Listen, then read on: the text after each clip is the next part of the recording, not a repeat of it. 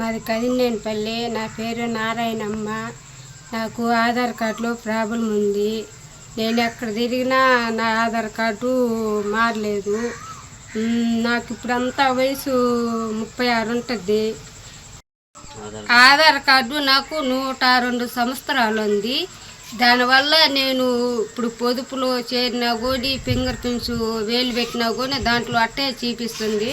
చూపించిన దానివల్ల నాకు బతుకుదరివి ఏమీ లేదు.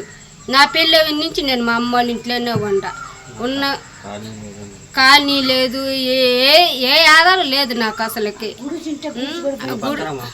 ఆ గుడిసుగుని ఉన్నది, ఆ గుడిసుగుని తాకలు పడిపోయినది. పోయిన నుంచి నేను ఇక్కడే ఉన్నాను. ఉన్నదాని నుంచి నాకు ఏ అవకాశము దొరకటంలా.